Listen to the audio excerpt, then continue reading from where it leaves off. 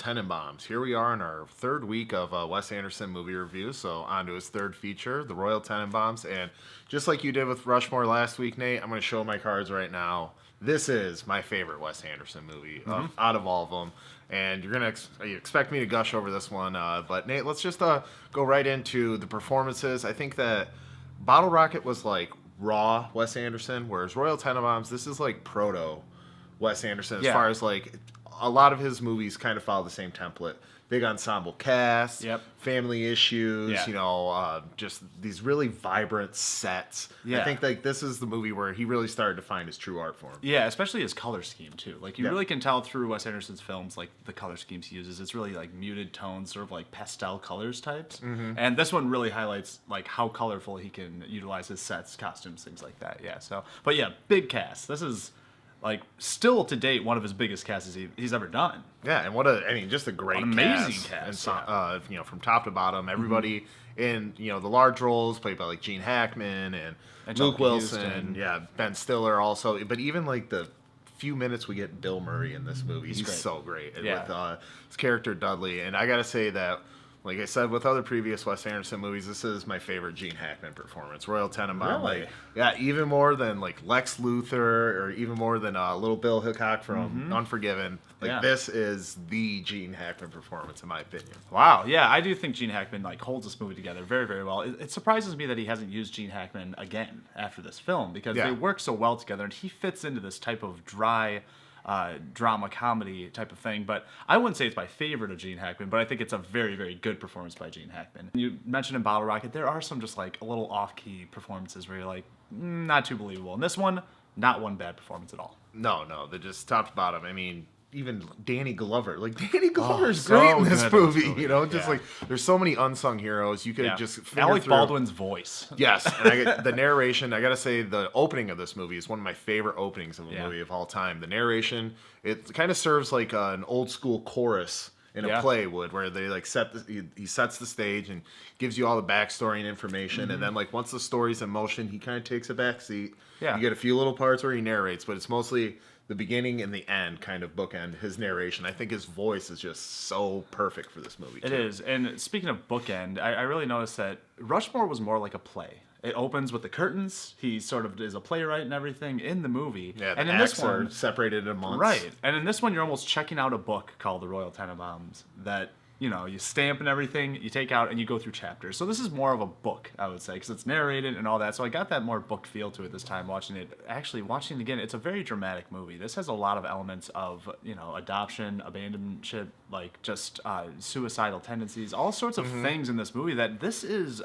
Watching it again, although a colorful movie, probably one of his darker ones. This isn't that much of a comedy. I think that it's very quirky, and there's moments where you could chuckle and maybe get one or two big hearty laughs. But when I was watching this, I was watching it with my dad, who has never seen it, and he wasn't laughing. He was focused in on it, and he was invested and interested, and was like, "This movie is really good," but not laughing at it, because this is a pretty heavy movie.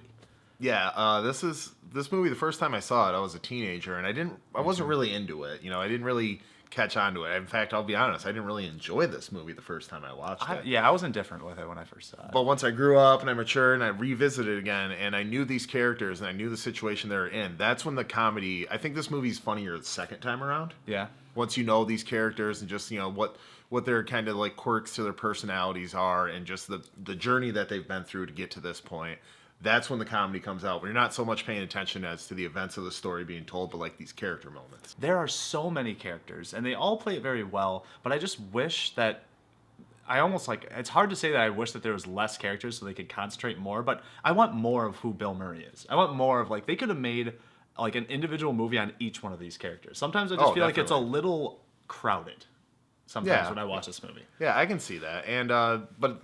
It's carried through Royal, and you see how he affects all the characters around him, and just kind of how his actions lead to reactions from other people, and just, would Margot have had low self-esteem and constantly cheating on her husband if Royal had, acknowledged her as his daughter instead of just always it's his adopted daughter? Right. Things like that. And so I agree. Sometimes with the characters, it can be a little overstuffed, but it's still one cohesive whole. Like, all these characters are just very sad, I mean, Ben Stiller's character's going through a lot, and like there's one moment in this movie that really gets me, and I don't know why it does, but when he just tells his father after he gives him the Dalmatian, he's like, I've had a rough year, Dad. And it like gets me every time, and I'm like, yeah, he has. Yep. Man, he's had the worst year. I'm glad you brought that up, because that part, I've seen this movie easily 8 to 10 times now, and that part still always makes me choke up a Me little too. bit. Me too. Because Yeah. the whole movie's been building to that moment. I mean, really, that was the most broken relationship out of everything, Right. was the relationship between Royal and Chaz. Yeah. You know, Richie still felt bad for him right from the Yeah, get. and he respected, because he was always his favorite. You know? Right. Yeah. So you can understand that, but yeah,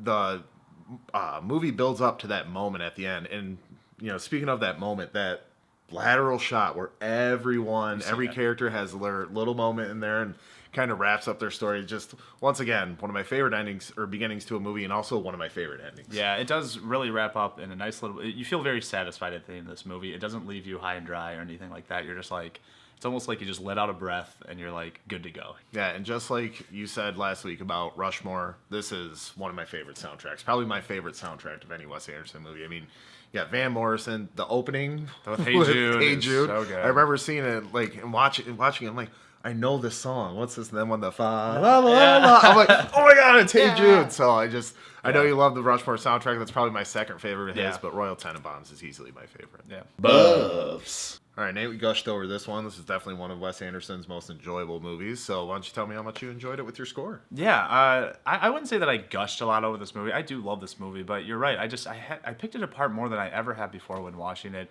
and I do like it, but I found a little bit more elements in it that I didn't like as much as I thought I would. But still, it's a fantastic movie, and I highly recommend it. But I'm going 8.5 out of 10. I really like the Royal Tenenbaums. Not my favorite of his, but really, really good. Yeah, this one, I will concede that I think Rushmore is still his best. Yeah. But I think you can have something be your favorite without you thinking it's the best. Totally. So Royal Tenenbaums is easily my favorite of his. I think it's one of the most heartfelt. And like I said, it set the mold for what Wes Anderson's movies became in the future. yeah. And so I think he's just getting better. And it started with this one. I'm going to go just shy of a perfect score. I'm going to go 9.5 out of 10. Yeah. Can't quite give it the 10 I gave it Rushmore, but man, this one's good. It is. Buffs. All right, so that's it for our review of Royal Tenenbaums. What do you guys think of the movie? What do you think of this great cast that he assembled? Go ahead and leave a comment down below. Yeah, we're going to keep rolling with our Wes Anderson series with The Life Aquatic with Steve Zissou. Very strange movie. I can't wait to get into this one. Yeah, we'll be talking a lot about that one. So we'll bring you that next week. But don't forget, There's no place like the theater.